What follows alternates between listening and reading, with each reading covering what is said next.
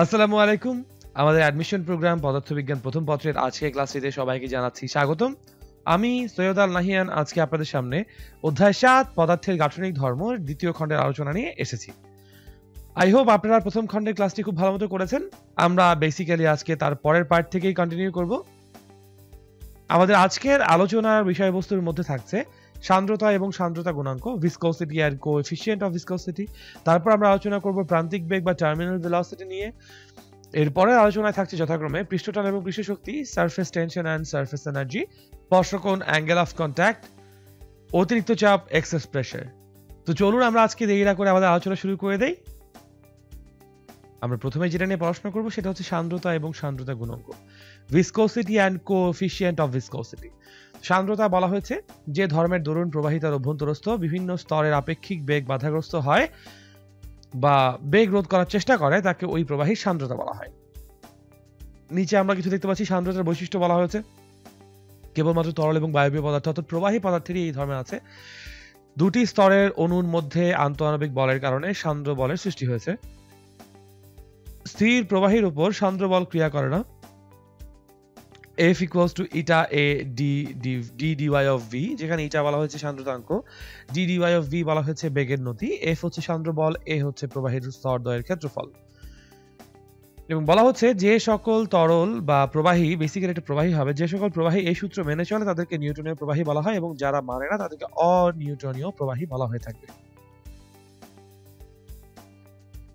তো এখন এই প্রবাহীর বিভিন্ন স্তর সৃষ্টি হওয়ার ব্যাপারটা এবং সান্দ্রতার ব্যাপারটা যদি একটু আমরা এক্সপ্লেইন করা ট্রাই করি। ধরে নিচ্ছি এটা কোনো একটা হ্রদের তলদেশ এবং এই তলদেশ বরাবর আমরা হ্রদের বা কোনো একটা জলাধার, ওপেন জলাধার বলছি আমরা এখানে, উন্মুক্ত জলাধারের কথা চিন্তা করছি। সেখানে হচ্ছে গিয়ে এরকম তার গভীরতা পর্যন্ত সম্পূর্ণটাই পানি দিয়ে পরিপূর্ণ। এখন আমরা জানি এরকম উন্মুক্ত জলাধারে সাধারণত কি হয়, স্রোতের সৃষ্টি হয়, তাই না? তো ইন দিস পার্টিকুলার কেস আমরা ধরে নিচ্ছি স্রোতের সৃষ্টি হবে। কিন্তু স্রোত কেন সৃষ্টি হবে? আমরা জানি যে প্রতিটি নদী বা ডোবা নালায় যখনই আমরা প্রবাহ দেখি বেসিক্যালি সেখানে কোনো একটা স্ট্রিমের কারণে, কোনো একটা পুশের কারণে এই স্ট্রিমটা বা প্রবাহটা সৃষ্টি হয়। নদীর কথা যদি ধরি, আমরা যদি পাহাড়ি ঢাল বেয়ে এসে নদীতে প্রবাহ সৃষ্টি করে, তো সেরকম করে যদি আমরা চিন্তা করি যে এরকম একটা স্পেস বরাবর এই সমস্ত জলাধারের উপর এক্স অ্যাক্সিসের ধনাত্মক দিক বরাবর একটা সুষম বল কাজ করছে। সম্পূর্ণ যদি ধরে নেই যে আমাদের এই সম্পূর্ণ জলাধারের গভীরতা হচ্ছে h, সম্পূর্ণ h গভীরতার উপর এক্স অ্যাক্সিসের ডান দিকে এই পুরো রিজিয়ন বরাবর একটা সুষম বল কাজ করছে, ঠিক আছে? এখন এই সুষম বলের জন্য কি হবে, প্রতিটা স্তরে একটা গতির সৃষ্টি হবে। এখন স্তর বিন্যাসটা কেন হচ্ছে সেটা আমরা বোঝার চেষ্টা করি। যদি খেয়াল করে দেখি একদম সর্বনিম্নের যে আমাদের তরলের স্তরগুলো আছে সেই তরলটা কিন্তু বা সেই পানিগুলো কিন্তু আসলে আমাদের এই রিভার বেড বা হচ্ছে কি একদম তলানের সাথে সংযুক্ত। তো যেহেতু রিভার বেডের সাথে সংযুক্ত, আমরা ধারণা করে নিতেই পারি যে এখানে তরলের সাথে আমাদের নিচে কঠিন সংযুক্ত স্থলের সাথে একটা ঘর্ষণ বল কাজ করছে। সো আমরা কিন্তু ধারণা করে নিতে পারি যে এই এফ বলের জন্য আমাদের নিচের স্তরগুলো খুব সহজে গতিশীল হবে না, বা গতিশীল হলেও তার গতিবেগ অত্যন্ত অত্যন্ত কম হবে। আরো একটা ব্যাপার এখানে আমাদের লক্ষণীয় যে যেহেতু এই স্তরটা প্রচন্ড গভীরে আছে, যথেষ্ট গভীরে আছে, সো এই গভীরতা পি ইকুয়ালস টু আমরা জানি এত গভীরতার জন্য এইচ রো জি পরিমাণ একটা এক্সট্রা চাপ আমাদের তরলের এই স্তরের উপর কাজ করবে। সো দিস ইজ বাই এখানে ফ্রিকশনের মান খুবই বেশি হবে এবং নিচের সর্বনিচের স্তরটি একেবারেই কম ভেলোসিটিতে গতিশীল হবে। কিন্তু তার থেকে যত উপরের স্তরে আমরা যাওয়ার চেষ্টা করব তত কিন্তু খেয়াল করি আমরা যত উপরের দিকে উঠছি এইচ এর ভ্যালু আমার জন্য তত বাড়ছে, গভীরতার ভ্যালু যদি আমরা হচ্ছে গিয়ে তরলের উপরিতল থেকে চিন্তা করি h ইকুয়ালস টু 0, তাহলে যত আমরা উপরের দিকে উঠছি তত এইচ এর ভ্যালু কমছে এবং চাপ কিন্তু কমছে। অর্থাৎ তরলের যত গভীর থেকে আমরা উপরে উঠবো তত বেশি আমি দেখবো যে তরলের উপর চাপের পরিমাণ কমছে। সো দিস ইজ ওয়াই তারা অনেক বেশি দ্রুত গতিশীল হওয়ার জন্য ক্ষমতা রাখে এবং সব থেকে উপরের যে স্তরটি আছে সেই উপরের স্তরটি কিন্তু একেবারেই সর্বনিম্ন চাপে আছে, দ্যাট ইজ বায়ুমণ্ডলীয় চাপে আছে। সো দিস ইজ বাই উপরের স্তরটির জন্য প্রবাহ সৃষ্টি করা প্রচন্ড প্রচন্ড সোজা কম্পেয়ার টু দ্য একদম স্ট্র্যাট বা লোয়ার মোস্ট সেকশন আর কি। এনিওয়েজ, সো এই ঘটনার উপর বেস করে আমরা দাবি করতে পারি যে তরলের বিভিন্ন স্তরে আসলে বিভিন্ন রকম বেগ সৃষ্টি হচ্ছে বা আপেক্ষিক বেগ সৃষ্টি হচ্ছে, ঠিক আছে? এখন কোনটা কোন স্তর সেটাকে ডিফারেন্সিয়েট করবো আমরা কার রেসপেক্টে যদি চিন্তা করে দেখি, খেয়াল করে দেখবো আমরা ওয়াই অ্যাক্সিস বরাবর যত হচ্ছে গিয়ে আমাদের গভীরতার পরিবর্তন হচ্ছে তত সেখানে আমার স্তরের ভিন্নতা আসছে, তাই না? সো বেসিক্যালি আমরা যত উপরের স্তরে যাচ্ছি তত হচ্ছে গিয়ে প্রেসার কম হচ্ছে, এবং প্রেসার যেহেতু কম হচ্ছে এবং এই উপরে যাচ্ছি যে এটা কোন অ্যাক্সিস বরাবর যাচ্ছি আমরা, ওয়াই অ্যাক্সিস বরাবর আসলে এই পরিবর্তনটা হচ্ছে। সো আমরা বলতে পারি যত উপরের স্তরে যাচ্ছি তত তার সম্মুখে যাওয়ার ভেলোসিটি বেশি। সো স্তরগুলোকে আমরা কিভাবে আইডেন্টিফাই করবো, বেসিক্যালি আমরা কিন্তু বলতে পারি যে স্তরগুলোকে আমরা যদি হচ্ছে গিয়ে y এর রেসপেক্টে একবার ভেলোসিটিকে ডিফারেন্সিয়েট করে আমরা ডিফারেন্ট ভ্যালু পাচ্ছি, তাই না? বিকজ সমস্ত সিচুয়েশনে তাদের যে v ভ্যারি করছে কার রেসপেক্টে, y অ্যাক্সিসের তার মেজারমেন্টের বেসিসে। আমরা যদি ব্যাপারটা আবার বুঝি, যত গভীরে যাচ্ছি তত হচ্ছে বেসিক্যালি আমাদের তরল অভ্যন্তরে চাপ বৃদ্ধি পাচ্ছে, আর যত উপরে যাচ্ছি তত তরলের অভ্যন্তরে চাপ আমাদের কমছে। তো this is Y y axis বরাবর উপরে বা নিচে নামার জন্য বেগের তারতম্য হচ্ছে। So basically the velocity of this particular sections কিসের রেসপেক্টে চেঞ্জ হচ্ছে, তাদের উচ্চতার রেসপেক্টে চেঞ্জ হচ্ছে, এন্ড দ্যাট ইজ বাই বেগের নতিকে আমরা বলছি d dy of v। That is by বেগের নতিকে আমরা বলছি d dy of v। So performing on that আমরা সান্দ্রতার গুণাঙ্ক বা কোএফিসিয়েন্ট অফ ভিসকোসিটি বলতে পারি। বেসিক্যালি সান্দ্রতার যে সূত্রটি আছে, সান্দ্র বল এফ ডিপেন্ড করে কার উপর, এরিয়ার উপর ডিপেন্ড করে, এবং এফ ডিপেন্ড করে হচ্ছে গিয়ে আমাদের বেগের নতি বা ডি ডিওয়াই অফ ভি এর উপর।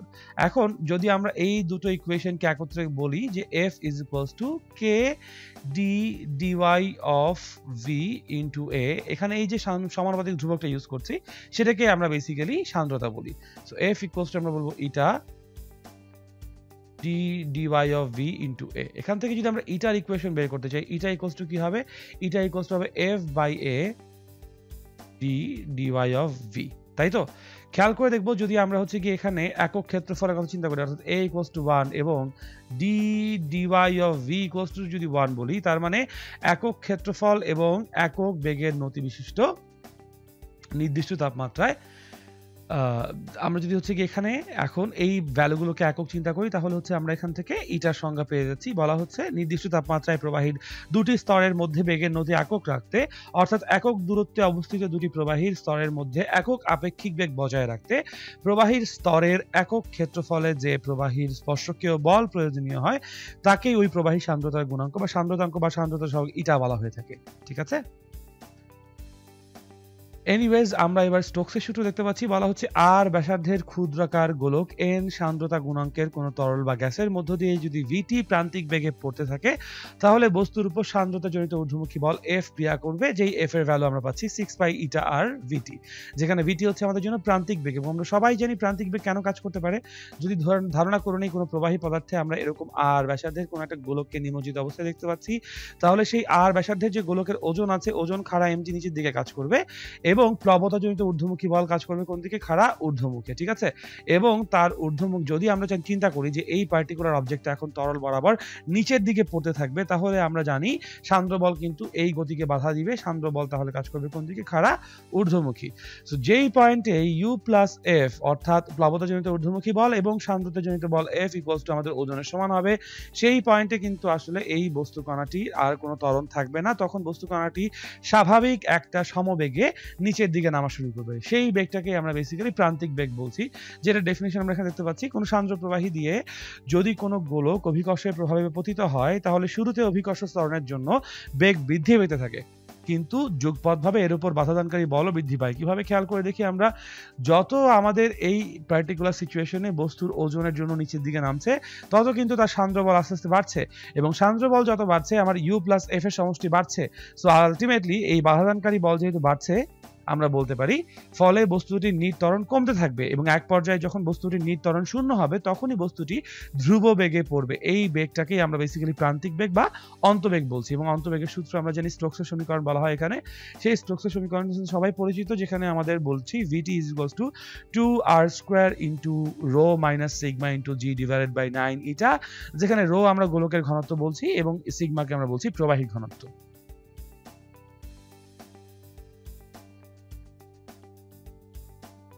আশা করি এই পর্যন্ত আমরা সবাই ফলো করেছি। এবার আমরা যেটা করব সেটা হচ্ছে এই টপিকের উপর বেশ কিছু প্রবলেম সলভ করব, যাতে করে আমাদের জন্য ব্যাপারগুলো বুঝতে আরো বেশি ইজিয়ার হয়।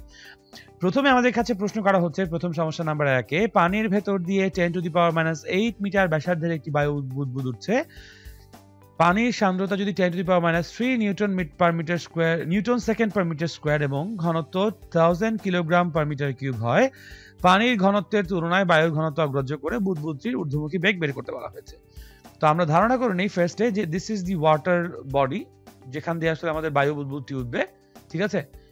এবং এই ওয়াটার বডির ভেতরে আমাদের কাছে একটা বায়ু বুদবুদ আছে, যেই বায়ু বুদবুদের ব্যাসার্ধ বলা হয়েছে আমাদের কাছে, ধরে নিচ্ছি আর ইকুয়ালস টু আমাদের অ্যাকর্ডিং টু আওয়ার কোয়েশ্চেন হচ্ছে 10⁻⁸ মিটারস। খুব ভালো কথা। তো এই বায়ু বুদবুদের আমরা সবাই বলতে পারি যে বায়ু বুদবুদের যে ওজন আছে সেটি খাড়া নিচের দিকে ক্রিয়াশীল, তাই নয় কি? কারণ আমরা জানি অভিকর্ষ ত্বরণ যেদিকে কাজ করে সেদিকে আসলে বস্তুর ওজন কাজ করবে, ভাইস ভার্সা। এখন এই বডিটার কিন্তু ঊর্ধ্বমুখী একটা প্লবতাজনিত বলও কাজ করবে বডিটার উপর, তাই না? তো সেই ঊর্ধ্বমুখী প্লবতাজনিত বলটাকে আমরা বলছি কতটুকু, ধরে নিচ্ছি ইউ। আমরা জানি আসলে এটাকে কিভাবে ক্যালকুলেট করতে হয় ফ্রম আর্কিমিডিসেস ল। এখন আমাদেরকে যেটা বুঝতে হবে যে যেহেতু পানির ভেতর দিয়ে বাতাসের বুদবুদ যাচ্ছে, সো আমরা অবশ্যই ধরে নিব বা অবশ্যই বুঝতে পারছি যে U is greater than MG, তাই না? আমাদের এখানে বাতাসের প্লবতাজনিত ঊর্ধ্বমুখী বলটা সবসময় কি হবে, বাতাসের ওজনের থেকে বা বাতাসের বুদবুদের ওজনের থেকে বেশি হবে, তাই না? সো দিস ইজ ওয়াই আমরা বুঝতে পারতেছি যে এই বডিটা আসলে উপরের দিকে মুভ করবে, তার যে মোশন হবে, তার যে গতি হবে, সেটা উপরের দিকে হবে। এবং যেহেতু উপরের দিকে বডিটা মোশনে যাবে, সো আমরা অবশ্যই এতটুকু বুঝতে পারছি যে প্লবতাজনিত ঊর্ধ্বমুখী বলের ঠিক বিরুদ্ধে আমাদের সান্দ্রতাজনিত বল এফ কাজ করবে, ঠিক আছে। কারণ আমরা জানি যখন প্রবাহীর মাঝখান দিয়ে আরেকটা প্রবাহী বিভিন্ন স্তর সৃষ্টি করে গতিশীল হয়, তখন তাদের আপেক্ষিক গতিকে বাধা দেওয়ার জন্য সান্দ্রতা সৃষ্টি হয়, তাই না? সো দিস ইজ ওয়াই যেহেতু আমাদের এই বডিটা পানির রেসপেক্টে উপরের দিকে উঠছে, দ্যাটস ওয়াই সান্দ্রতাজনিত বলটা আমাদের নিম্নমুখী কাজ করবে। এবং দিস পার্টিকুলার কেস তখন শুধুমাত্র আমরা হচ্ছে গিয়ে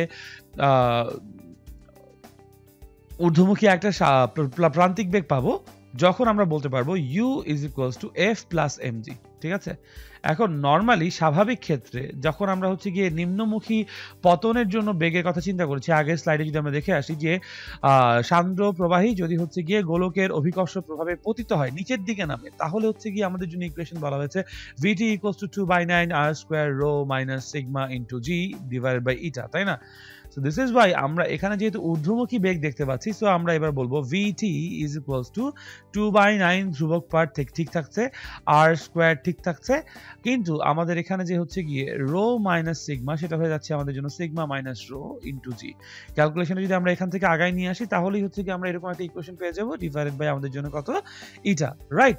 তো এখান থেকে আমাকে যেহেতু ঊর্ধ্বমুখী বেগ বের করতে বলেছে এবং যেহেতু বলেছে আমাদেরকে পানির ঘনত্বের তুলনায় বায়ুর ঘনত্বকে আমরা অগ্রাহ্য করব, দেয়ারইন আমাদের এখানে বায়ুর ঘনত্বই কিন্তু হচ্ছে কি বস্তু কণা এবং পানি হচ্ছে প্রবাহী বেসিক্যালি, তাই না?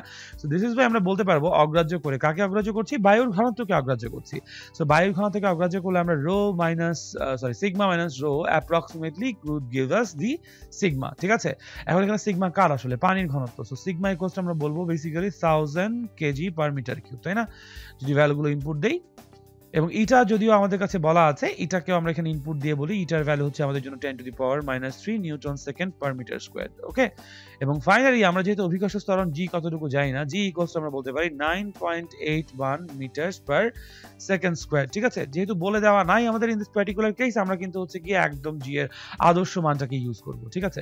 So getting from those equations আমরা vt ইকুয়ালস টু বলতে পারি, যদি ইকুয়েশনগুলোকে ইনপুট দেই, 2 ইনটু r² এর জায়গায় 10⁻⁻8 হোল স্কয়ার্ড ইনটু আমাদের সিগমা হচ্ছে 1000 KG per metre cube into 9.81 divided by আমাদের 9 টাইমস এটা হচ্ছে 10⁻⁻3। সো দেখা যাক আমাদের এই ক্যালকুলেশন থেকে আসলে রেজাল্ট কতটুকু আসে। ক্যালকুলেশন করলে আমরা এখান থেকে vt এর ভ্যালু পাচ্ছি 2.18 ইনটু 10⁻⁻10 মিটার পার সেকেন্ড। সুতরাং এটাই হচ্ছে আমাদের জন্য তাহলে হচ্ছে ঊর্ধ্বমুখী বেগ। কার ঊর্ধ্বমুখী বেগ? এই বায়ু বুদবুদের ঊর্ধ্বমুখী বেগ, ঠিক আছে। আই হোপ বুঝতে পারছি আমরা প্রবলেমের সলিউশনটা। অনেক ধন্যবাদ সবাইকে।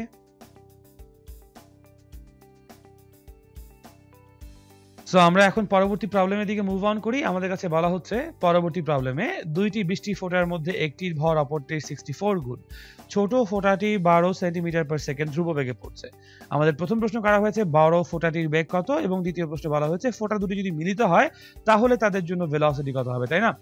তো আমরা হচ্ছে গিয়ে প্রথমে চিন্তা করি আমাদের ক নাম্বারের জন্য যদি চিন্তা করি, আমাদের কাছে বলা হচ্ছে দুটি ফোঁটার মধ্যে একটির ভর অপরটির 64 গুণ। আমরা তাহলে ধরে নিতে পারি যে প্রথম ফোঁটার ভর হচ্ছে আমাদের জন্য m1 এবং দ্বিতীয় ফোঁটার ভর ধরে নিচ্ছি আমরা m2। So according to our question আমরা বলতে পারি 64 টাইমস m1 ইকুয়ালস টু হচ্ছে m2, তাই না? কেন বলতে পারি? কারণ আমরা ধরে নিচ্ছি m1 টা বড় ফোঁটা এবং m2 টা আমাদের জন্য ছোট ফোঁটা। সো বেসিক্যালি আমরা বুঝতে পারি, সরি উল্টা বলছি, আমরা ধরে নিচ্ছি এখানে m1 আমাদের জন্য ছোট ফোঁটা এবং m2 আমাদের জন্য বড় ফোঁটা। তো আমরা অবভিয়াসলি বুঝতে পারছি যে m1 is less than m2, ঠিক আছে? এখন যেহেতু আমাদের বস্তু কণার আকৃতি বস্তু কণার উপাদান পরিবর্তিত হয়নি, আমরা বলতে পারি দুজনের ক্ষেত্রে একই রকম ঘনত্ব বিরাজ করছে। সো রো ইকুয়ালস টু আমরা বলতে পারি হচ্ছে কি m1 ডিভাইডেড বাই v1, অথবা আমরা বলতে পারি m1 ইকুয়ালস টু হচ্ছে রো ইনটু v1 এবং সিমিলারলি আমরা m2 ইকুয়ালস টু বলতে পারি রো ইনটু v2, তাই না? সো এই দুটো মান যদি আমরা বাম পাশের সমীকরণে বসিয়ে দিই, আমরা কিন্তু পাচ্ছি 64 into rho v1 plus equals to শুধুমাত্র আমার জন্য রো v2। বোথ সাইড থেকে আমরা বলতে পারি যে পানির ঘনত্ব বা বস্তুর ঘনত্ব ক্যান্সেলস ইচ আদার আউট। তো আমরা বলতে পারি ইকুয়ালস টু 64 ইনটু, আমরা যেহেতু সুষম গোলক যদি চিন্তা করি, 4/3 পাই r1 কিউব ইকুয়ালস টু হবে আমাদের জন্য 4/3 পাই ছোট হাতের r2 কিউব। বেসিক্যালি এখান থেকে আমরা কিন্তু ইজিলি হাইপোথেসাইজ করতে পারি যে 4r1 ইকুয়ালস টু বেসিক্যালি আমাদের জন্য হচ্ছে r2। ওকে, এই হচ্ছে কি আমাদের জন্য অ্যাজাম্পশন। সো যেহেতু আমাদের কাছে বড় ফোঁটার বেগ কত জানতে চাওয়া হয়েছে, আমরা সবাই আই গেস স্টোকসের জন্য ধ্রুব বেগের বা প্রান্তিক বেগের সমীকরণটা মনে আছে।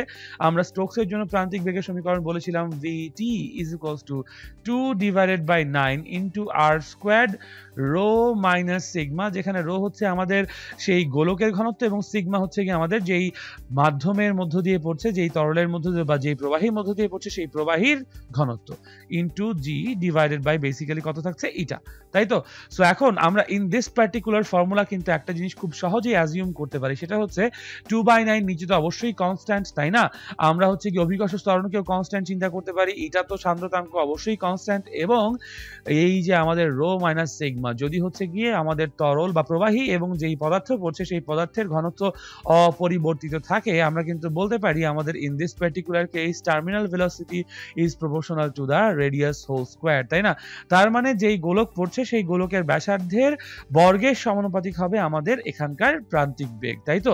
আমরা যদি তাহলে এখন চিন্তা করি আমাদের যে r1 ব্যাসার্ধের গোলকটি আছে তার জন্য প্রান্তিক বেগ vt1 এবং r2 ব্যাসার্ধের যে গোলক আছে তার জন্য প্রান্তিক বেগ vt2, আমরা বলতে পারি vt1 equals to vt2 is equals to vt1 divided by vt2 is equals to 4r1 divided by r2 whole square, তাই না?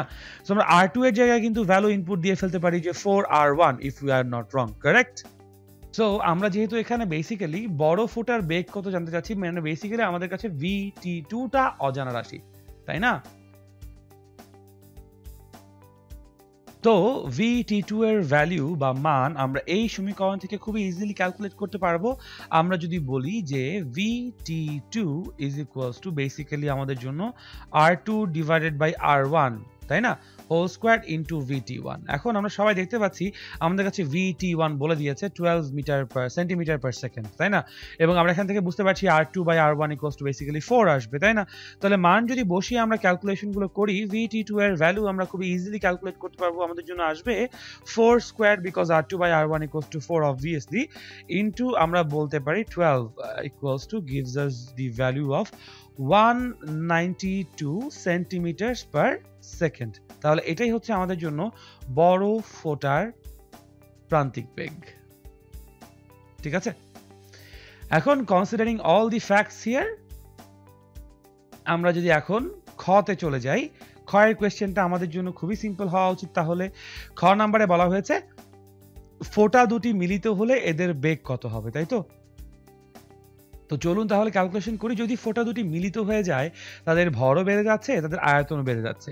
আমরা কি তাহলে বলতে পারি না যে বড় ফোঁটার জন্য আয়তন যদি বড় হাতের v হয়, v ইকুয়ালস টু আমরা বলতে পারি v1 প্লাস v2, অর্থাৎ দুজনের আয়তন সম্মিলিত হবে, ইকুয়ালস টু আমরা কিন্তু বলতে পারি v1 কার আয়তন, সব থেকে ছোট ফোঁটার আয়তন, সেটা তো অবশ্যই 4/3 পাই ছোট হাতের r1 কিউব হবে, তাই না?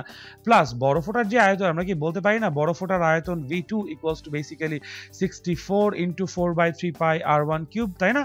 সো আমরা যদি সেই মানটা বসাই দিই 4/3 pi r1 cube into 64, এটা হচ্ছে আমাদের জন্য বড় ফোঁটার আয়তন, which gives us the equation of 65 4/3 pi r1 cube, তাই না?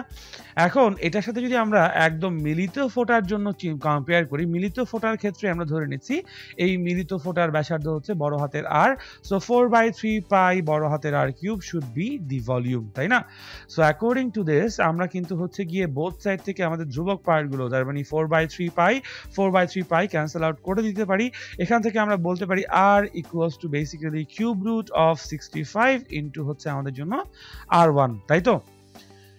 এখন তার মানে আমি বলতে পারি basically r divided by r1 equals to cube root of 65। এখন আমরা যদি আবারও এখানে vt is proportional to r square এই পার্টিকুলার প্রপোর্শনাল রিলেশনটা ইউজ করতে চাই, আমরা কিন্তু বলতে পারি বেসিক্যালি VTR হচ্ছে বড় ফোঁটার জন্য, VT1 হচ্ছে আমাদের জন্য সবথেকে ছোট ফোঁটার জন্য, ঠিক আছে? বিকজ VT1 আমাদের দেওয়া আছে, দ্যাটস ওয়াই VT1 দিয়ে আমরা কাজ করতে যাচ্ছি। ইকুয়ালস টু আমরা বলবো basically R divided by R1 whole square, তাই না? So R divided by R1 এর ভ্যালু কিউব রুট অফ 65, আমরা এখান থেকে VTR অর্থাৎ মিলিত ফোঁটার যেই প্রান্তিক বেগ সেটা কিন্তু খুব সহজে বের করতে পারি, that is cube root of 65 whole squared times 12, তাই না? যদি আমরা এখন ক্যালকুলেশন করি তাহলে এখান থেকে VTR এর ভ্যালু কত পাওয়া যায় দেখি একটু আমরা এবার।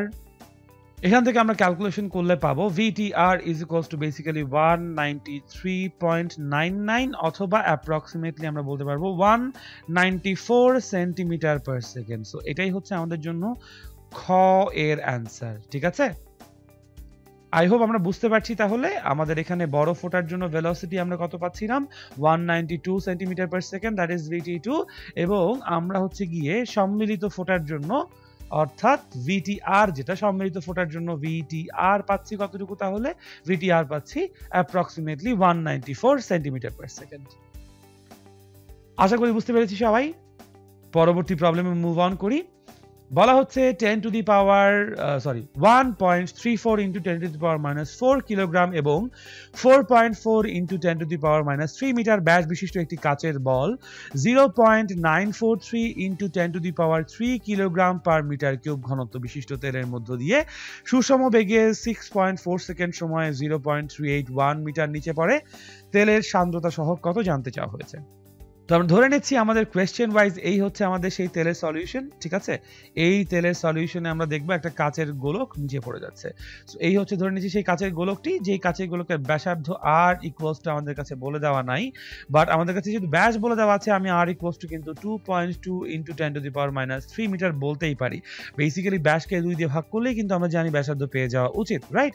এবং আমাদের কাছে বলা হয়েছে যে কাচের বল কতটুকু ঘনত্ব বিশিষ্ট তেলের মধ্য দিয়ে যাচ্ছে।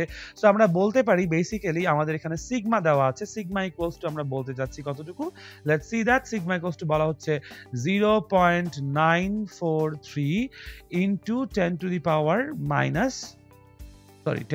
3 কিলোগ্রাম পার মিটার কিউব।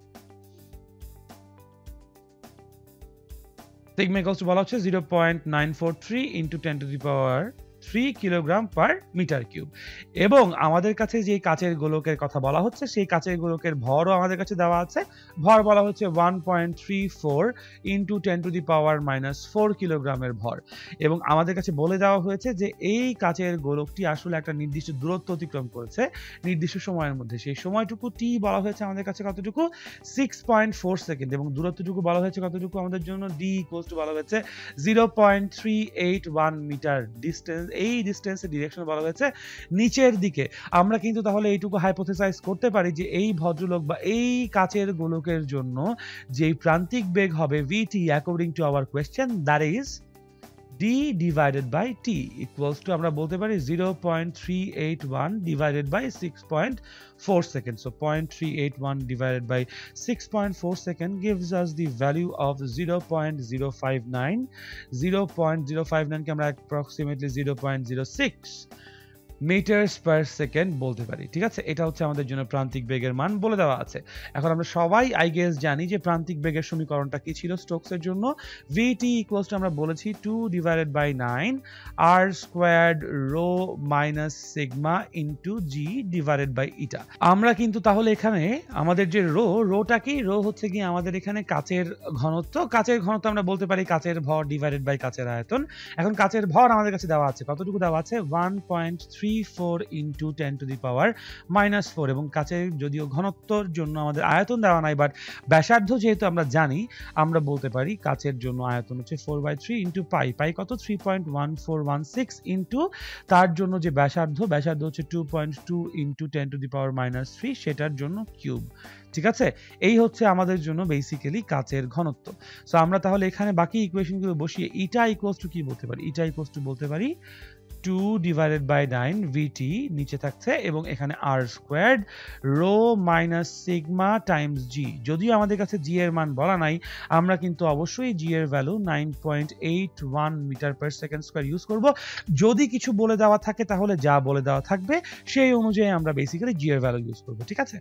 তো এখান থেকে আমাদের ইটা যদি আমরা ক্যালকুলেশন করি, ম্যানগুলো সবগুলো বসিয়ে দেই, ইটা ইকুয়ালস টু আসছে 0.363, so 0.363 newton second per metre squared, ঠিক আছে। আই হোপ বুঝতে পেরেছি আমরা কি করে সলিউশনটি করেছি। অনেক ধন্যবাদ। এবার আমরা পরবর্তী প্রবলেমে চলে যাই। পরবর্তী প্রবলেমে বলা হয়েছে পানির গভীরতা মাপার জন্য একটি জলাশয়ের পানির পৃষ্ঠ থেকে একটা নির্দিষ্ট ব্যাসার্ধের এবং 2.5 into 10⁻³ kilogram per metre cube ঘনত্বের একটি বল ছেড়ে দেওয়া হলো। 10 সেকেন্ড পর বলটি জলাশয়ের তলে যেয়ে পড়লো। যদি 9 সেকেন্ডে বলটি প্রান্তিক বেগ অর্জন করে থাকে তাহলে জলাশয়ের গভীরতা কত নির্ণয় করতে বলা হয়েছে। আমাদের কাছে পানির সান্দ্রতা বলে দেওয়া আছে এবং ঘনত্ব বলে দেওয়া আছে, ঠিক আছে। সো বেসিক্যালি আমরা যেটা করব সেটা হচ্ছে, তো এই পার্টিকুলার প্রবলেমটা সলভ করার জন্য আমরা যে কাজটি করব প্রথমে সেটা হচ্ছে কি আগে আমরা এটার জন্য যে প্রসঙ্গ কাঠামোটি সেটা আগে দেখার চেষ্টা করব। তো ধরে নিচ্ছি এই হচ্ছে আমাদের জলাশয়ের পানির স্টার্টিং পয়েন্ট, ঠিক আছে। এবং এখান থেকে আমাদের যেই কাজ যে গোলকটির কথা বলা হচ্ছে, যে বলটির কথা বলা হচ্ছে, সেই বলটি আমরা ধারণা করে নিচ্ছি যে এই জলাশয়ের তলদেশ পর্যন্ত পৌঁছাবে। তো ধরে নিচ্ছি এই হচ্ছে আমাদের রিভার বেড বা তলদেশ, ঠিক আছে। সো এই যদি আমাদের গোলকটি হয়, গোলকটি t = 0 যদি হচ্ছে কি এখানে শুরু হয়, t = 10 সেকেন্ডস হচ্ছে কি কোথায় আমাদের রিভার বেডে, ওকে।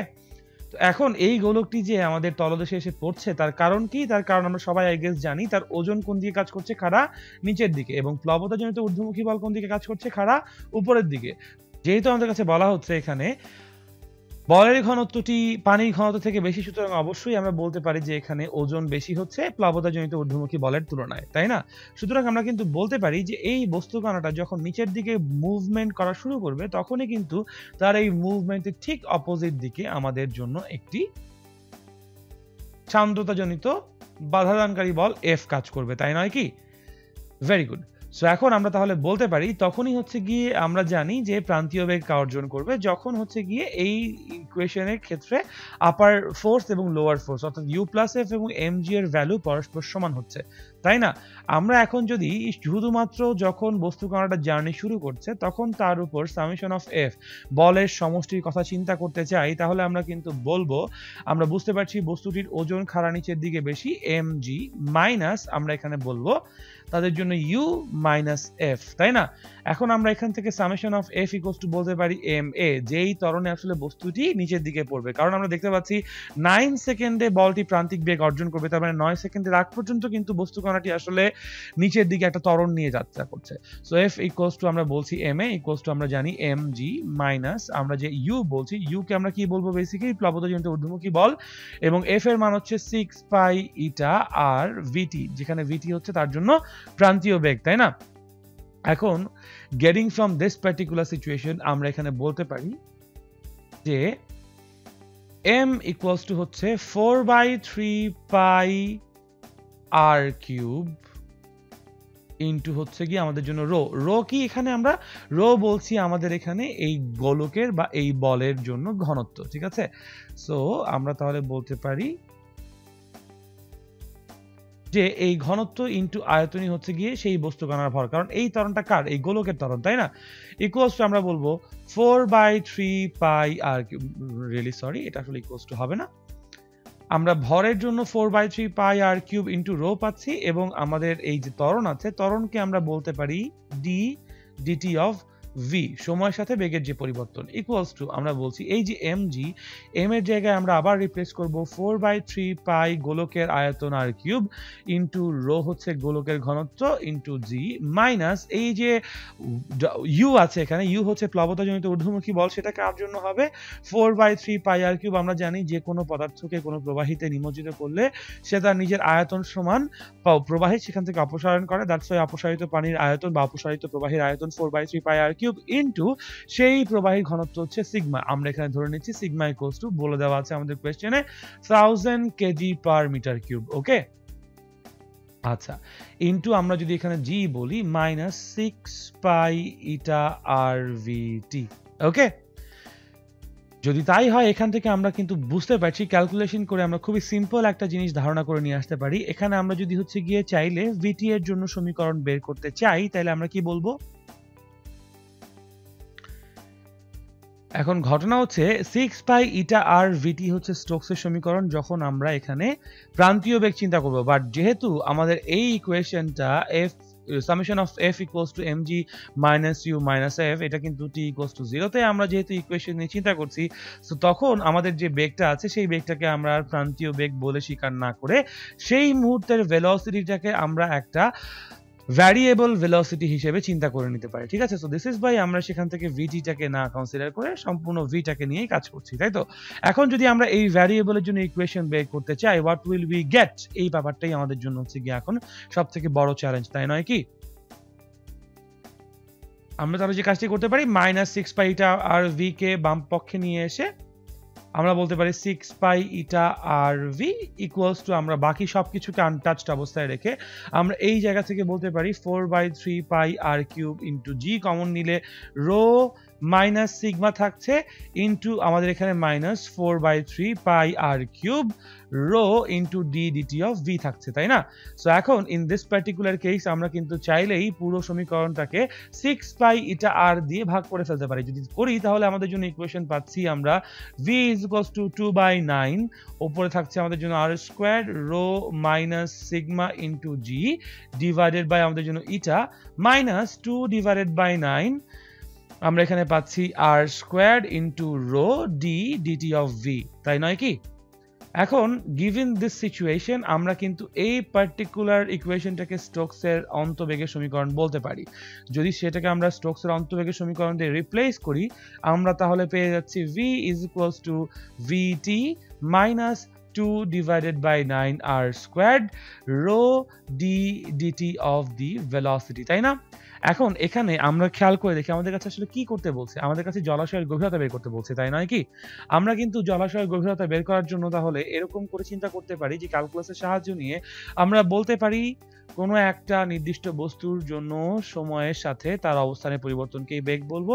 এখান থেকে পুরো সমীকরণটাকে যদি আমরা তাদের টাইমের রেসপেক্টে ডিফারেন্সিয়েট করি, আমরা পাবো integration of 0 to s differentiate করলে হবে আমাদের জন্য ds equals to integration of 0 to t equals to integrate করলে আমাদের হবে v ইনটু dt, তাই না? তো আমরা এখন যে কাজটি করব, এই ইকুয়েশনটিকে নিয়ে পরবর্তী পেজে আবার কন্টিনিউ করব। ইকুয়েশনটি ছিল আমাদের জন্য ইন্টিগ্রেশন অফ 0 থেকে s পর্যন্ত ds is equals to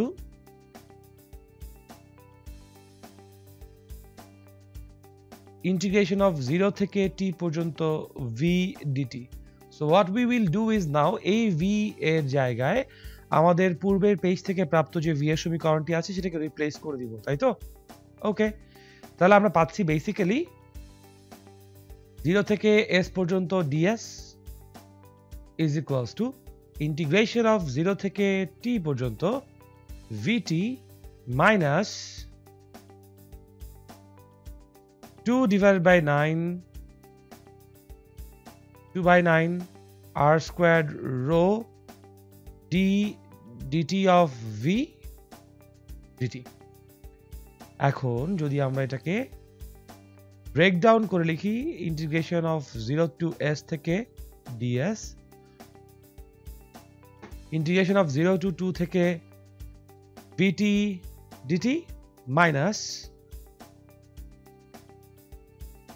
আমরা দেখতে পাচ্ছি এখানে 2/9 r স্কয়ার এবং rho this are all constants right so এগুলো কিন্তু আমাদের ক্যালকুলাসের এই অপারেশনের বাইরে থাকবে সো আমরা যদি এখানে 0 থেকে t পর্যন্ত যদি চিন্তা করি t dt of v of dt now we know যে পরের লাইনে আসলে dt এবং dt পরস্পরকে ক্যান্সেল আউট করে দিবে আমরা কিন্তু এখানে একটা কথা বলে নিতে পারি যে আমরা এখানে যে পার্টিকুলারলি লিমিটের যে চেঞ্জটা আছে সেটা যদি এখন অ্যাপ্লাই করি t equals to 0 তে আমাদের ভেলোসিটি কিন্তু ছিল 0 এবং t equals to যখন 10 সেকেন্ডস হইছে অ্যাকর্ডিং টু আওয়ার কোয়েশ্চেন তখন কিন্তু বেসিক্যালি ভেলোসিটি তখন টার্মিনাল ভেলোসিটি প্রান্তিক বেগ কিন্তু অর্জন করে ফেলেছে 9 সেকেন্ডে যেহেতু তার প্রান্তিক বেগ অর্জন করেছে 10 সেকেন্ড পর অবশ্যই সে প্রান্তিক বেগেই থাকবে তাই না সো আমরা যদি কন্টিনিউ করি 0 থেকে s পর্যন্ত ds equals to এইটার ইন্টিগ্রাল রেজাল্ট আমরা বুঝতেই পারছি যে vt into t হবে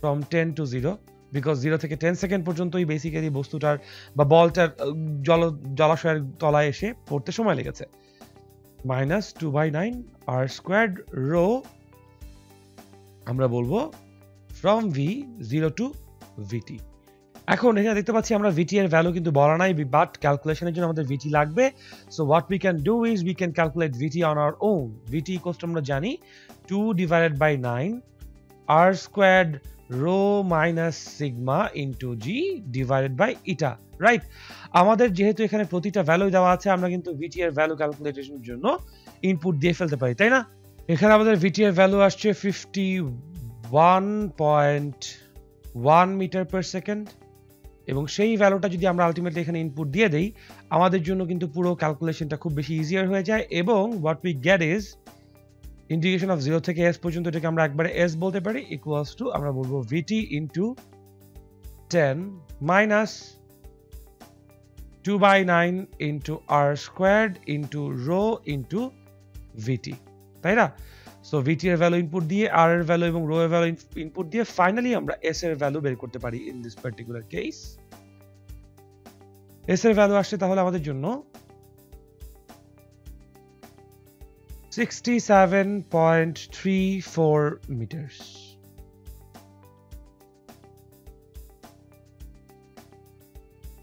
that's all there it is আমরা বুঝতে পারছি জলাশয়ের গভীরতা তাহলে 67.34 মিটার আশা করি আমরা সবাই প্রবলেমটি বুঝতে পেরেছি আমরা এবার পরবর্তী টপিকে মুভ অন করব আমাদের পরবর্তী টপিকে আছে পৃষ্ঠটান এবং পৃষ্ঠশক্তি surface tension and surface energy পৃষ্ঠটান নিয়ে আমরা সবাই জানি আসলে কাকে বলে কোনো তরলের পৃষ্ঠে একটি সরলরেখা কল্পনা করলে উক্ত রেখার প্রতি একক দৈর্ঘ্যে ওই রেখার উভয় পার্শ্বে রেখার সাথে লম্বভাবে এবং পৃষ্ঠের স্পর্শক বরাবর যেই বল কাজ করে তাকে আমরা বলেছি ওই তরলের পৃষ্ঠটান এবং t equals to f/l we know this formula very well এখন এখানে l টা কি আসলে এই l টাকে নিয়ে অনেক কনফিউশন হয় এই জন্য আমরা l টাকে একটু ডেফিনিট করে দিতে চাই বলা হচ্ছে প্রবাহীর উপরিপৃষ্ঠে যতটুকু দৈর্ঘ্য জুড়ে কোনো পদার্থের সংস্পর্শ থাকবে সেটুকুই হচ্ছে আমাদের জন্য এল বা কার্যকরী দৈর্ঘ্য ঠিক আছে এল এখানে আমাদের জন্য কার্যকরী দৈর্ঘ্য যেমন আমরা এখানে বলেছি কতিপয় বস্তুর জন্য এল এর মান লেটস কনসিডার যে আমাদের কাছে একটা তরলের তল আছে ঠিক আছে এই হচ্ছে কি একটা তরলের উপরিতল আমরা অবজার্ভ করছি এবং এই উপরিতলে একটা সুই বা কলম বা দণ্ড কিছু একটা রাখা আছে দণ্ডাকার শেপের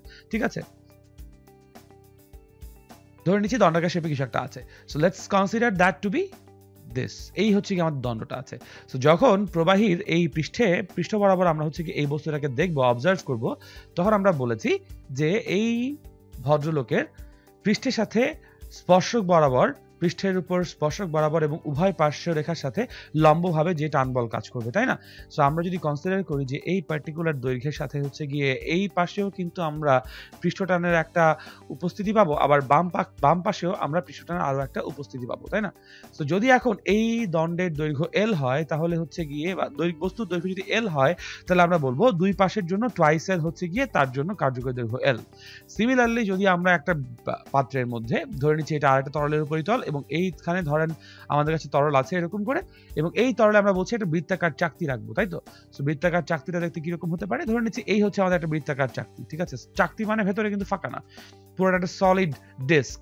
ওকে তো এই সলিড ডিস্কের চারপাশে পৃষ্ঠটান কোন দিকে কাজ করবে? লম্ব বরাবর, স্পর্শকের দিক বরাবর এইরকম ভাবে আমাদের বেসিক্যালি বলতে পারি আমরা পৃষ্ঠটান কাজ করবে, তাই না? সো খেয়াল করে দেখতে পাচ্ছি আমরা পুরো পরিধির জন্য কিন্তু আসলে এই চাকতিটা পৃষ্ঠটানের সম্মুখীন হচ্ছে। সো দিস ইজ ওয়াই তখন বৃত্তাকার চাকতির জন্য আমরা L = টুয়াইস পাই আর, যেখানে আর কি আর হচ্ছে আমাদের জন্য এই বস্তু বা এই ডিস্কের ব্যাসার্ধ, ঠিক আছে? সিমিলারলি রিং এর জন্য আমরা জানি রিং হচ্ছে মাঝখানে ফাঁকা হয় একটা পুরুত্ব রেখে, তাই না? সো আমরা যদি এখন কনসিডার করি সেই রিং এর জন্য ইকুয়েশনটা, তাহলে কিরকম হবে সেই চিত্রটা? ধরে নিচ্ছি এই হচ্ছে আমাদের জন্য একটা মানে পানির উপরিতল, এই পানির উপরিতলে আমাদের একটা আমরা কি দেখবো? একটা রিংকে দেখবো, ঠিক আছে?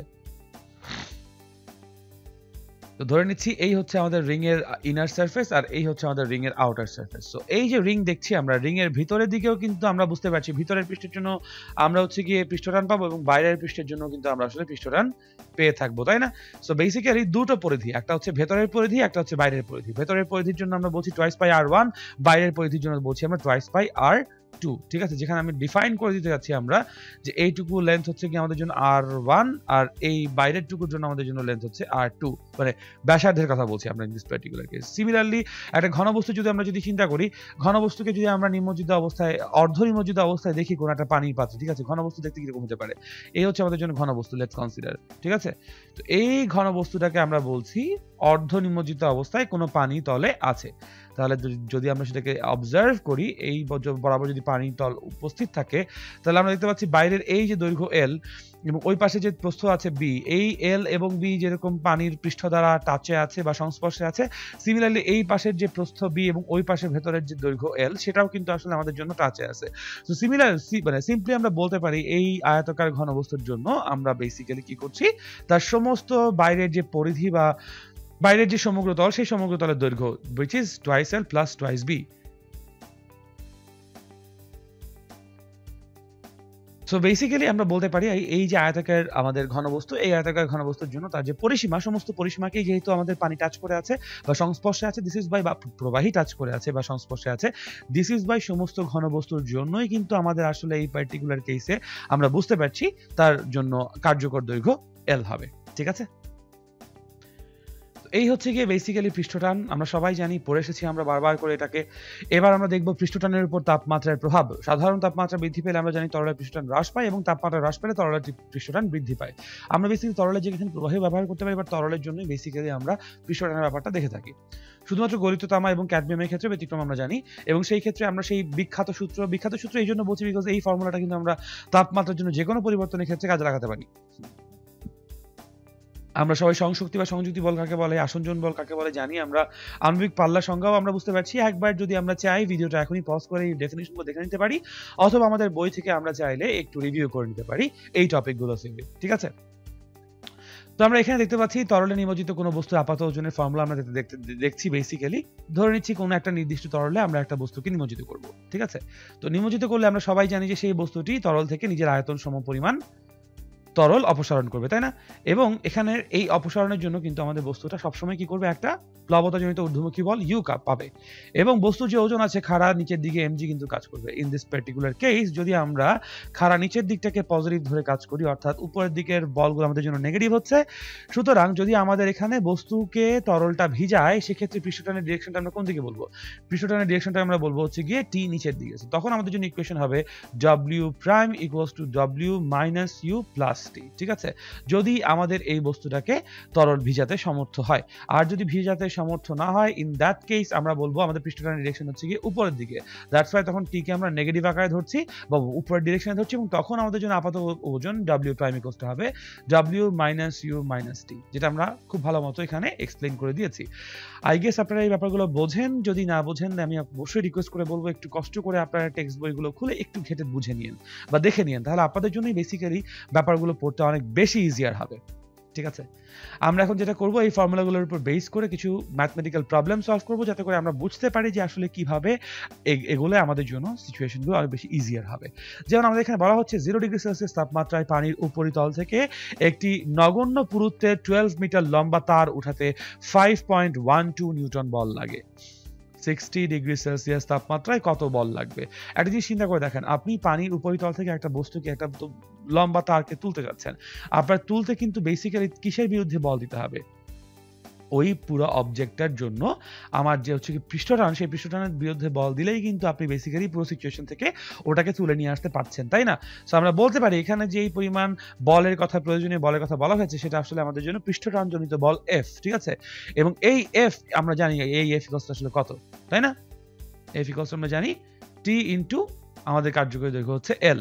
যেহেতু আমরা এখানে নগণ্য পুরুত্বের লম্বা একটা তার অর্থাৎ দণ্ডাকৃতির একটা বস্তুকে নিয়ে কথা বলছি, সো আমরা অবশ্যই বুঝতে পারছি L ইকুয়ালস টু কত হবে, টুয়াইস L, যেখানে L হচ্ছে আমাদের দণ্ডের দৈর্ঘ্য।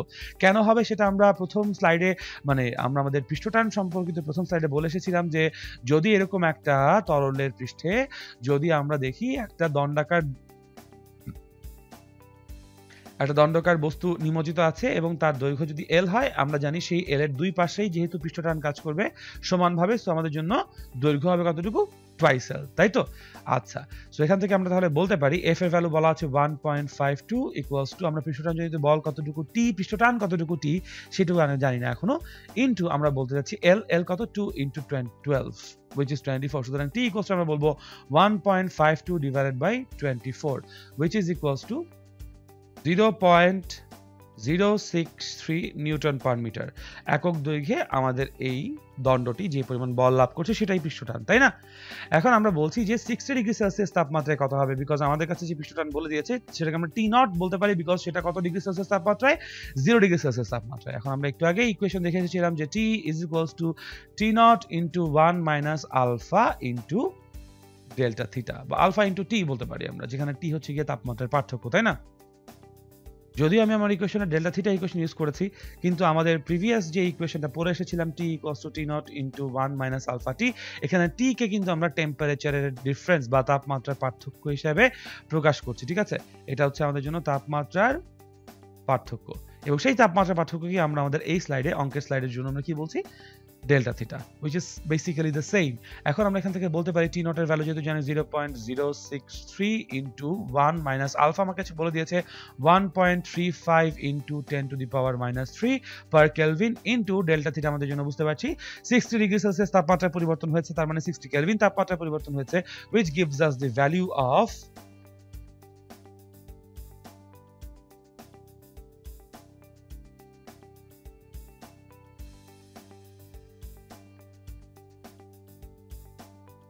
আমরা তাহলে T এর মান পাচ্ছি এখান থেকে পুরোপুরি 0.058 নিউটন পার মিটার।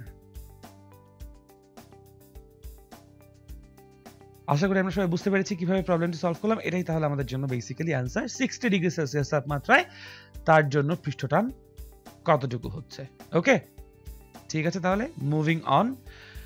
আমরা বলছি পানি ব্যবহার করার পর কল বন্ধ করা হলেও ফোঁটায় ফোঁটায় পানি পড়ছিল। পরিমাপ করে দেখা গেল প্রতিটি ফোঁটার ব্যাস 7 into 10 to the power minus 7 metre. এরকম 17টি ফোঁটার পানি একত্রিত করে একটি বড় ফোঁটায় পরিণত করা হলো। পানির পৃষ্ঠটান আমাদের কাছে বলে দিয়েছে 72 into 10 to the power minus 3 newton per metre. আমরা সবাই পানির আপেক্ষিক তাপ জানি 4200 joule per KG per kelvin. প্রথম প্রশ্নে বলা হচ্ছে আমাদের কাছে পানির বড় ফোঁটার ব্যাস কত হবে, এবং দ্বিতীয় প্রশ্নে বলা হচ্ছে উপরোক্ত ঘটনায় পানির তাপমাত্রা বৃদ্ধি পাবে কিনা আমাদের কাছে জানতে চাওয়া হয়েছে। সো আমরা প্রথমে যদি কয়ের জন্য সলিউশনে চিন্তা করি, আমরা বুঝতে পারছি আমাকে দেখা যাচ্ছে আমরা চাচ্ছি যে বড় ফোঁটার পানির ব্যাস কত হবে। সো ধরে নিচ্ছি বড় ফোঁটার পানির ব্যাস হচ্ছে D এবং তার ব্যাসার্ধ হচ্ছে গিয়ে R। এটা কার জন্য, বড় ফোঁটার জন্য। এবং আমরা বলে দিয়েছি প্রতিটি ছোট ফোঁটার ব্যাস বলে দিয়েছি D ইকুয়ালস টু হচ্ছে 7 into 10 to the power minus 7 metre. তাহলে আমরা এখান থেকে কিন্তু বলতে পারি প্রতিটি ছোট ফোঁটার ব্যাসার্ধ হচ্ছে 7/2 অথবা 3.5 into 10 to the power minus 7 metre, তাই তো? আমরা বলেছি এখন এরকম 17টা পানির ছোট ফোঁটা একত্রিত করে একটি বড় ফোঁটায় পরিণত করব। সো একটির ব্যাসার্ধ যদি R হয় তাহলে 17টির ব্যাসার্ধ কত হবে আমরা বুঝতেই পারছি 17R, তাই না? এখন যদি আমরা চিন্তা করি যে 17টা পানির ফোঁটা মিলিয়ে যতটুকু আয়তন হবে, একটা বড় ফোঁটার আয়তন কিন্তু এক্স্যাক্টলি সেম হবে। সো আমরা বলতে পারি ইন দিস পার্টিকুলার কেস যে V1 যদি ধরে নেই আমাদের ছোট ফোঁটার আয়তন এবং V2 কে যদি ধরে নেই আমরা বড় ফোঁটার আয়তন, তাহলে V1 ইকুয়ালস টু V2 হবে। V1 যেহেতু ছোট ফোঁটার আয়তন সেটা হবে আমাদের 17 into 4/3 pi R cube equals to বড় ফোটার জন্য পাচ্ছি আমরা 4/3 পাই বড় আর কিউব 4/3 পাই 4/3 পাই বোথ সাইড থেকে ক্যান্সেল আউট করে আমরা পাচ্ছি আর কিউব ইকুয়ালস টু বেসিক্যালি 17 ছোট আর কিউব। এখান থেকে কিন্তু আমরা বড় ফোটার ব্যাসার্ধ আর পেয়ে যাচ্ছি, তাই না? বড় ফোটার ব্যাসার্ধ তাহলে কত আসছে? 17 into 3.5 exponential -7 two the power 3। বড় ফোটার ব্যাসার্ধ পাচ্ছি 8.99 অথবা এটাকে আমরা একবারে 9 into 10 to the power -7 metre বলতে পারি, তাই না? Very good. আর যদি বড় ফোটার ব্যাসার্ধ আমরা পেয়ে যাই আর ইকুয়ালস টু সামথিং, আমরা তাহলে হচ্ছে গিয়ে কতটুকু বলবো? আমরা সবাই জানি 2 ইন্টু ব্যাসার্ধ ইকুয়ালস টু আমাদের জন্য ব্যাস, সুতরাং বড় ফোটার ব্যাস ডি ইকুয়ালস টু দাঁড়াচ্ছে 18 into 10 to the power -7 metre.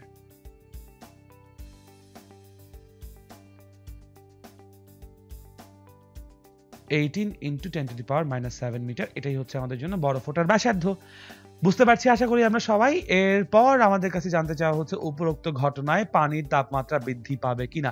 আমরা তাহলে প্রথমে যেটা করব যে এই উপরোক্ত ঘটনার জন্য কতটুকু কাজ হয়েছে সেই কাজের মান হিসাব করব, এবং আমরা সবাই জানি পৃষ্ঠ শক্তির ইকুয়েশন থেকে আমরা যদি আরেকবার দেখে আসি, আগে একটা স্লাইডে আমি বলছিলাম as far as I remember, এই যেখানে বলছি আমরা বলছি এখানে পৃষ্ঠ শক্তি E equals to W divided by A, একক ক্ষেত্রফল বৃদ্ধির জন্য বা পরিবর্তনের জন্য কৃত কাজই হচ্ছে আমাদের জন্য পৃষ্ঠ শক্তি। সো আমরা যদি পৃষ্ঠ শক্তির ইকুয়েশনটাকে আমাদের এই সমীকরণে ব্যবহার করি, আমরা বলবো E is equals to W divided by A, সুতরাং এখান থেকে W divided by delta A basically, so W equals to আমরা বলবো E into delta A, এবং আমরা জানি বেসিক্যালি একটু আগেও দেখে এসেছি যে E এর ভ্যালু এবং T এর মান একেবারে সেম। সো T এর মান কত আমরা জানি, এখানে পৃষ্ঠটান বলে দিয়েছে কতটুকু 72 ইন্টু 10 টু দি পাওয়ার -3, এবং ডেল্টা A কত? ডেল্টা A হচ্ছে আমাদের ক্ষেত্রফলের পরিবর্তন। আমরা জানি যে ছোট ফোঁটাগুলোর মুক্ত তলের ক্ষেত্রফল বেশি হবে কার তুলনায়? বড় ফোঁটার তুলনায়। সো আমরা বলবো n ইন্টু 4 পাই ছোট আর স্কোয়ার মাইনাস 4 পাই বড় আর স্কোয়ার। এখানে কিন্তু আমরা ছোট আর এবং বড় আর এর ভ্যালু জানি, এই যেখানে ছোট আর এর ভ্যালু দেওয়া আছে আমাদের কাছে, এবং এই যে মাত্র বড় আর এর ভ্যালু আমরা বের করেছি। ক্যালকুলেশনে যদি আমরা ইনপুট দিয়ে দেই তাহলে এই ভ্যালুগুলো, এবং আমরা বুঝতে পারছি যে 17টা ছোট ফোঁটা মিলে যেহেতু বড় ফোঁটা হয়েছে একটা, সো n এর ভ্যালু এখানে আমাদের কতটুকু হবে? n এর ভ্যালু হবে আমাদের জন্য 17, এই যে এটাই হচ্ছে আমাদের n এর ভ্যালু, তাই না? সো বেসিক্যালি আমরা এখান থেকে কৃতকাজের মান পাচ্ছি 1.15 into 10 to the power -12 joule. তো আমরা এখন বলতে পারি যদি এই সমস্ত কাজকে আমরা কোনো রকম শক্তির অপচয় ছাড়া তাপ শক্তিতে রূপান্তরিত করতে পারি, তাহলে কিউ ইকুয়ালস টু হবে আমাদের জন্য ms delta theta. So basically আমরা বলতে যাচ্ছি ms delta theta equals to হচ্ছে 1.15 ইন্টু 10 টু দি পাওয়ার -12। এখান থেকে আমরা বলতে চাচ্ছি যে পানির তাপমাত্রা বৃদ্ধি পাবে কিনা জানতে। সো ডেল্টা থিটার মান বের করলেই আমরা বুঝতে পারবো বৃদ্ধি পাচ্ছে কিনা। ডেল্টা থিটা ইকুয়ালস আমরা বলবো 1.15 into 10 to the power -12 divided by m এর ভ্যালু কত হচ্ছে আমাদের জন্য? m এর ভ্যালু হচ্ছে এখানে আমাদের in this particular case m এর ভ্যালু বলা নাই, বাট আমরা জানি যে m এর ক্ষেত্রে আমরা সবাই বলতে পারবো যে m is equals to rho into v। এখানে rho হচ্ছে পানির ঘনত্ব, v হচ্ছে পানির আয়তন। যেহেতু বড় ফোঁটা নিয়ে কাজ করছি আমরা rho এর জায়গায় 1000 ইনপুট দিতে পারি, এবং আমরা v এর জায়গায় 4/3 পাই বড় হাতের আর কিউব ইনপুট দিতে পারি, ইনটু আমরা এস এর মান বলে দিয়েছি 4200, তাই তো?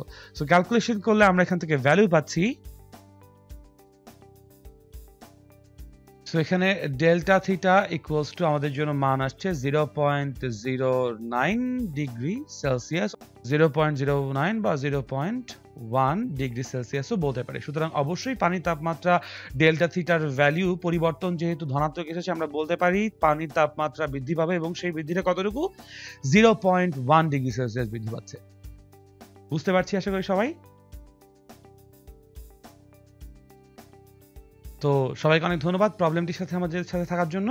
এবার আমরা পরবর্তী প্রবলেমে মুভ অন করি।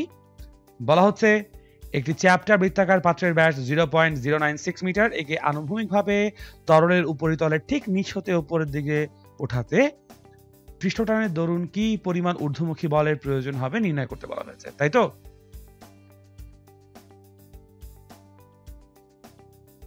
তাহলে আমরা বেসিক্যালি এই ব্যাপারটা একটু ফোকাস করি যে তরলের উপরিতলের ঠিক নিচ হতে। তার মানে আমরা কিন্তু এরকম অ্যাজিউম করতেই পারি যে এরকম যদি একটা বৃত্তাকার চাকতি হয়, বৃত্তাকার চাকতিটাকে যদি আমরা এরকম একটা সাইড ভিউ দেখি, ঠিক আছে, এই হচ্ছে তার সলিড চাকতি এবং পুরোটা কিন্তু সে পানি দ্বারা নিমজ্জিত অবস্থায় ভেসে আছে। আমরা কি করছি, তরলের উপরিতলের ঠিক নিচ হতে ওপরের দিকে তাকে টান দিচ্ছি এবং এই টান দিয়ে তাকে যে ওঠাবো, আমরা বুঝতে পারছি যে যেহেতু এখানে পানি ভিজিয়ে দিবে, সো পৃষ্ঠটান কোন দিকে হবে, পৃষ্ঠটান নিচের দিকে হবে। আমরা বুঝতে পারছি আমাদের বল যদি হচ্ছে পৃষ্ঠটানজনিত বলের বা এফটি এর সমান হয়, তাহলেই আমরা বস্তুটাকে উপরে উঠাতে পারবো। যেহেতু স্পর্শকণের কথা বলে দেওয়া হয়েছে, আমরা তাহলে এই এফটি ইকুয়ালস টু কি বলতে পারি, আমরা এফটি ইকুয়ালস টু বলতে পারি পৃষ্ঠটান ইনটু তার টুয়াইস পাই আর পরিমাণ ব্যাসার্ধ, তাই না? পৃষ্ঠটানের পরিমাণ আমাকে বলে দেওয়া হয়েছে 0.035 newton per metre into 2 into 3.1416 into ব্যাসার্ধ বলে দেওয়া আছে, সরি ব্যাস বলে দেওয়া আছে, সো আমরা ব্যাসার্ধ বলতে পারি ব্যাস বাই 2। সো ক্যালকুলেশন যদি করি আমরা পাচ্ছি 0.035। এখান থেকে আমরা মান পাচ্ছি 0.01 নিউটন।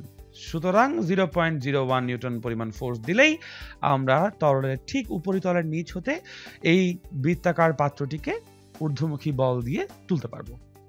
তো আশা করি প্রবলেমটি সবাই বুঝতে পেরেছি। আমরা যদি পরবর্তী প্রবলেমে মুভ অন করি, বলা হচ্ছে 6 সেন্টিমিটার দৈর্ঘ্যের একটি কাঠের কাঠি পানির উপর ভাসছে। কাঠির এক পাশে সাবানের দ্রবণ রাখা হলো। কাঠের ভর যদি 1 গ্রাম হয়, তাহলে এটি কত ত্বরণে চলতে শুরু করবে?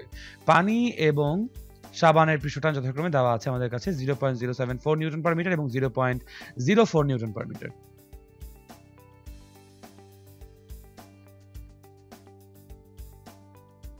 আচ্ছা, তো এই প্রবলেমটিকে সলিউশন করার জন্য আমরা যে কাজটি করব, আগে হচ্ছে গিয়ে প্রসঙ্গ কাঠামোটা একটু বোঝার চেষ্টা করি কি হচ্ছে। ধরে নিচ্ছি এই হচ্ছে একটা কাঠের কাঠি, ঠিক আছে? তো এই কাঠের কাঠির এক পাশে আমরা রাখছি পানি। ধরে নিচ্ছি বাম পাশে আছে আমাদের এই ব্লু সলিউশনটা হচ্ছে পানি, এবং আমরা এই কাঠের কাঠির ডান পাশের সলিউশনে সাবান পানি রাখছি, ঠিক আছে? তো এটা হচ্ছে সাবান পানি। আমরা বুঝতে পারছি যে এই কাঠের কাঠিটিকে সাবান পানি তার নিজের দিকে এক ধরনের পৃষ্ঠটানজনিত বল প্রয়োগ করে টানবে এবং পানি তার নিজের সাইডে ভিন্ন রকম পৃষ্ঠটানজনিত বল দিয়ে টানবে। আমরা কিন্তু তাহলে পানির জন্য পৃষ্ঠটানজনিত বল FTW বলতে পারি T in TW into L। এখানে খেয়াল করে দেখবেন আমরা কিন্তু শুধুমাত্র এক পাশের দৈর্ঘ্য নিয়ে কথা বলবো, কারণ সাবান পানি শুধুমাত্র বাম পাশের দৈর্ঘ্যকে শুধু পানির যে দ্রবণটা আছে, পানির যে পার্টটুকু আছে, পানির পার্টটুকু শুধুমাত্র বাম পক্ষের নীল অংশটুকুকে টানছে, তাই না? সো আমরা তখন TW এর ভ্যালু বলে দিয়েছি 0.074 ইন্টু লেন্থ বলছি আমরা কত, 6 into 10 to the power -2 metre. এখান থেকে ক্যালকুলেশন করলে আমরা ভ্যালু পাচ্ছি 4.4 into 10 to the power -3 newton. আবার আমরা যদি হচ্ছে সাবান পানির জন্য বল হিসেব করি, সাবান পানির জন্য বল FTS ইকুয়ালস টু আমরা বলবো TS ইন্টু L, কারণ সাবান পানিও কিন্তু শুধুমাত্র ডান পক্ষের একটা পাশের দৈর্ঘ্যকেই পাচ্ছে পৃষ্ঠটানজনিত বল দিয়ে টানার জন্য। তাহলে আমরা সেখানে বলবো 0.04 ইন্টু L হচ্ছে গিয়ে আমাদের 6 into 10 to the power -2 metre equals to gives আস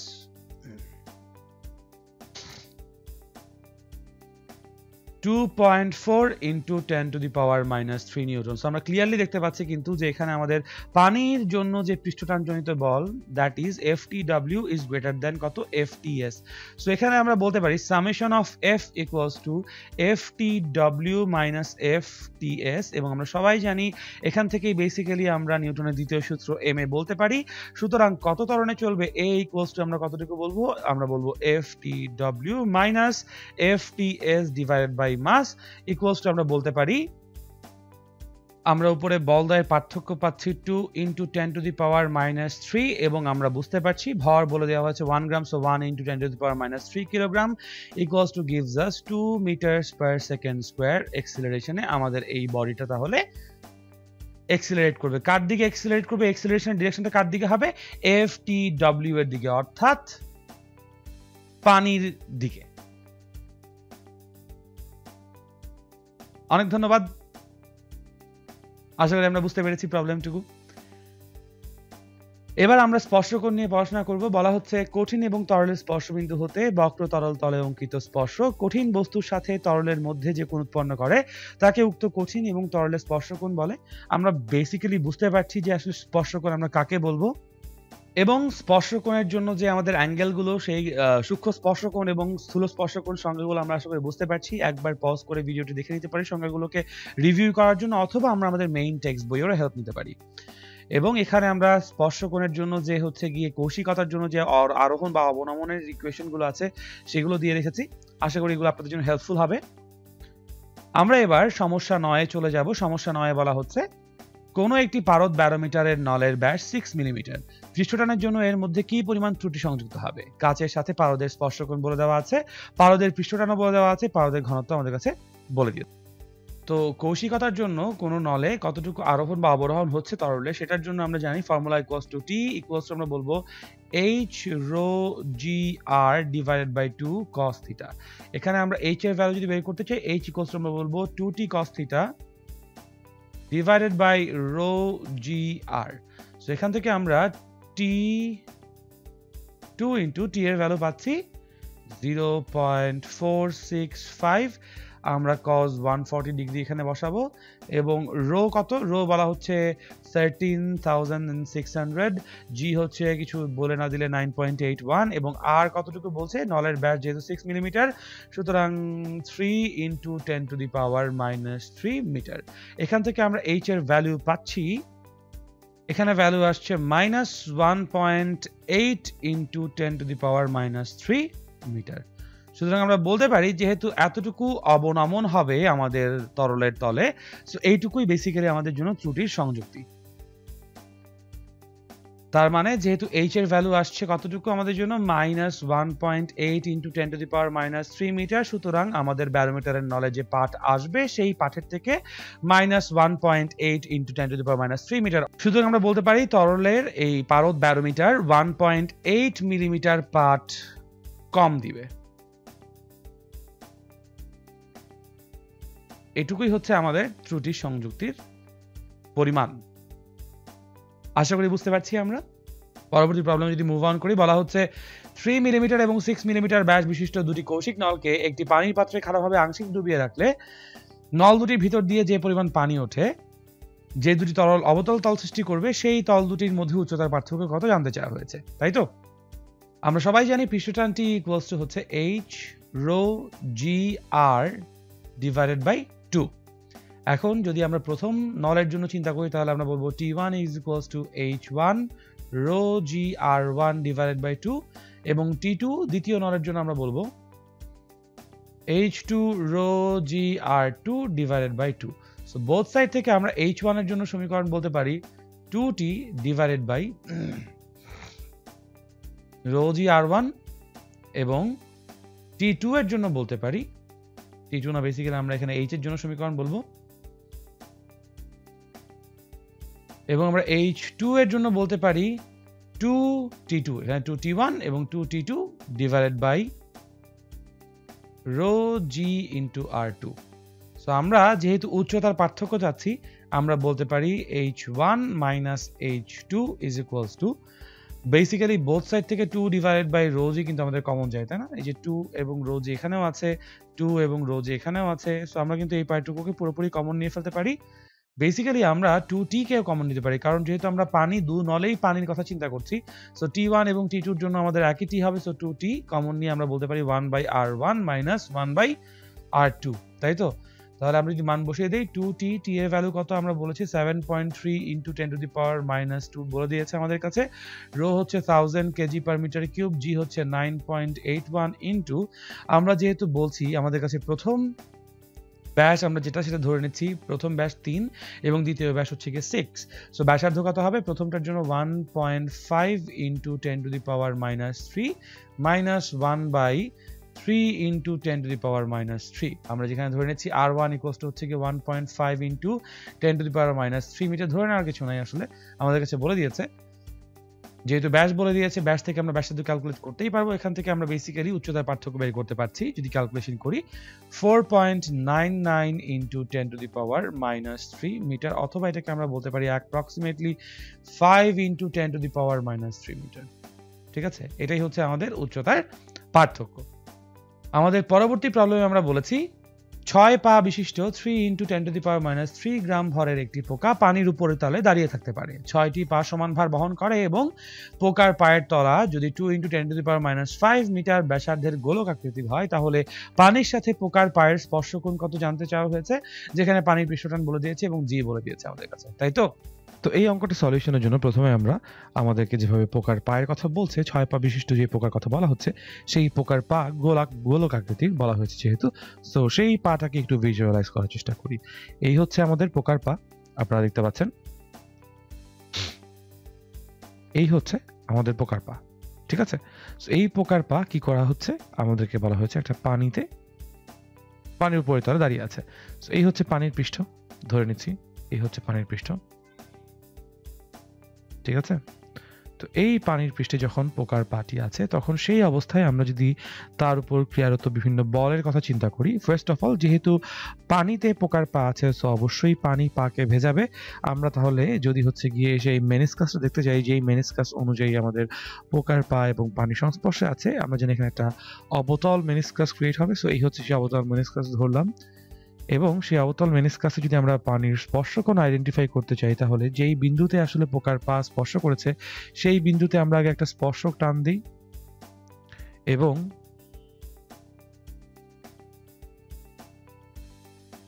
এবং পানি যেই রেখা বরাবর স্পর্শ করে আছে সেই বরাবর একটা স্পর্শক নিয়ে যাই। তাহলে আমরা হচ্ছে বুঝতে পারছি যে এই যে কোণ থিটা আছে, এই থিটা কোণটাই আমাদের জন্য পানির ভেতরে স্পর্শকোণ, এবং পৃষ্ঠটান তাহলে হচ্ছে গিয়ে কোন দিকে কাজ করছে, বিপরীত দিকে কাজ করছে আমরা বলতে পারি, তাই না? এখন আমরা যদি হচ্ছে গিয়ে এই পৃষ্ঠটান টি এর জন্য চিন্তা করে দেখি, যদি এই কোণটাকে থিটা বলি, তাহলে এই কোণটাকে আমরা কি বলবো, থিটা বলতে হবে, কারণ আমরা জানি একান্তর কোণ বলে, তাই তো?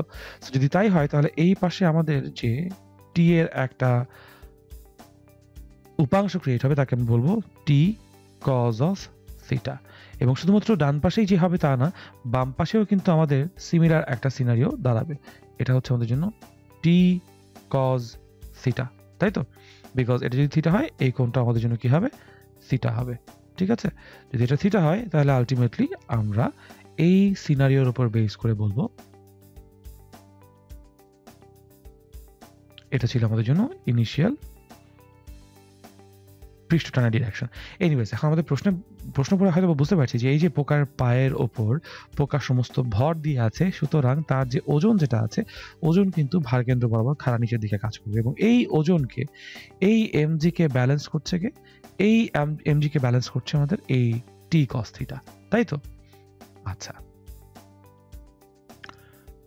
তাহলে আমরা এখানে mg ইকুয়ালস টু বেসিক্যালি কি বলতে পারবো, আশা করি আপনারা ফলো করতে পারছেন, যে যেহেতু গোলক আকৃতির শেপের এই পায়ের সমস্ত টুয়াইস পাই আর পরিধি জুড়ে আমাদের পানি স্পর্শ করে আছে, আমরা কিন্তু বলতে পারবো mg is equals to twice pi R T cos theta. এখন এই এমটা কি, এই এমটা হচ্ছে একটি পায়ের ওজন, ঠিক আছে? এমটা হচ্ছে কি, একটি পায়ের ওজন বা একটি পায়ের ভর এখানে, ঠিক আছে? সো আমরা যেহেতু 6টি পা বিশিষ্ট সবাই সমান ভর বহন করছে এবং পোকার আলটিমেটলি আমরা ভর বলে দিয়েছি, আমরা কিন্তু তাহলে এখান থেকে m ইকুয়ালস টু বলতে যাচ্ছি 3 into 10 to the power -3 gram. That means আমরা হচ্ছে গিয়ে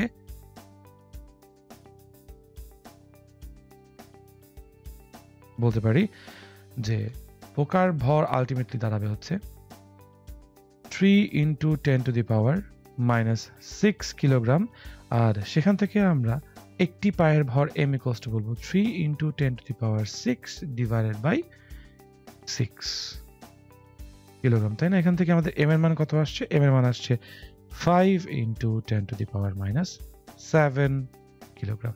অভিকর্ষ ত্বরণ জি আমরা জানি, কিছু বলা না থাকলে আমরা 9.81 মিটার পার সেকেন্ড ইউজ করব, বাট আমাদের এখানে বলা আছে যেহেতু, আমরা এখানে যতটুকু মান বলে দেওয়া আছে সেই অনুযায়ী 9.8 মিটার পার সেকেন্ড স্কোয়ার ব্যবহার করব। এখান থেকে আমরা যদি হচ্ছে গিয়ে থিটা বা স্পর্শকোণের মান বের করতে চাই, এই থিটার মান তাহলে কত হবে, আমরা বলবো cos theta is equals two mg divided by twice pi rt, আমাদের কাছে পৃষ্ঠটানের মান বলে দিয়েছে t is equals to 72 into 10 to the power minus 3 Newton per meter. So এখান থেকে আমরা theta equals to cos inverse of mg twice pi rt যদি বলি, মানগুলো বসিয়ে দিয়ে আমরা থিটার ভ্যালু এখান থেকে বের করতে পারবো 57.2 ডিগ্রিজ। তাহলে পানির স্পর্শকোণ কত? 57.2 ডিগ্রিজ। আশা করি বুঝতে পেরেছি আমরা। পরবর্তী প্রবলেমে চলে যাই। পরবর্তী প্রবলেমের পূর্বে আমরা পরবর্তী টপিক নিয়ে কিছু ফর্মুলা দেখতে পাচ্ছি। এখানে অতিরিক্ত চাপের কথা বলা হচ্ছে এবং এই চাপটা কোথায়? বুদবুদের ক্ষেত্রে বা বাবলের ক্ষেত্রে যে অতিরিক্ত চাপ, সেই অতিরিক্ত চাপের কথা বলা হচ্ছে। যেখানে আমরা বুঝতে পারছি Px is equals to P concave minus P convex। যদি পানির ফোটার ক্ষেত্রে আমরা সেই অতিরিক্ত চাপের কথা বলি, পানির ফোটার জন্য আমাদের সূত্র হচ্ছে 2T/r, এবং যদি আমরা সাবানের বুদবুদের জন্য চিন্তা করি, সাবানের বুদবুদের জন্য আমাদের সেই এক্সেস প্রেসার বা অতিরিক্ত চাপ হচ্ছে 4T/r, কারণ সাবানের বুদবুদের ক্ষেত্রে বাইরে এবং ভেতরে দুই রকম পৃষ্ঠই থাকবে। এখন একটা পার্টিকুলার প্রবলেম এখানে বলা হচ্ছে যে সাবানের পানি দিয়ে ফোলানো একটি 4 সেন্টিমিটার ব্যাস বিশিষ্ট গোলাকার সাবানের বুদবুদের ভেতরে অতিরিক্ত চাপ নির্ণয় করতে বলা হয়েছে, যেখানে সাবান পানির পৃষ্ঠটান বলা হয়েছে 26 ডাইন পার সেন্টিমিটার। এখন আমরা অতিরিক্ত চাপ P ইকুয়ালস টু, যেহেতু সাবান পানি দিয়ে তৈরি, আমরা বলবো 4T/r। যদি আমরা হচ্ছে গিয়ে T এর মান বসিয়ে দিই 26 এবং R এর মান যদি আমরা হচ্ছে গিয়ে এখানে বলে দিই যে R হচ্ছে কি এখানে বেসিক্যালি 4 বলা আছে আমাদের কোয়েশ্চেনে, তাই না? না, আমাদের কাছে 4 বলা নাই, বেসিক্যালি R ইকুয়ালস টু হবে বেসিক্যালি 2 সেন্টিমিটার, কারণ আমাদের কাছে ডায়ামিটার বা ব্যাস দেওয়া আছে। So R equals to 2 centimetre use করে আমরা পাচ্ছি 26 টাইমস 2, অথবা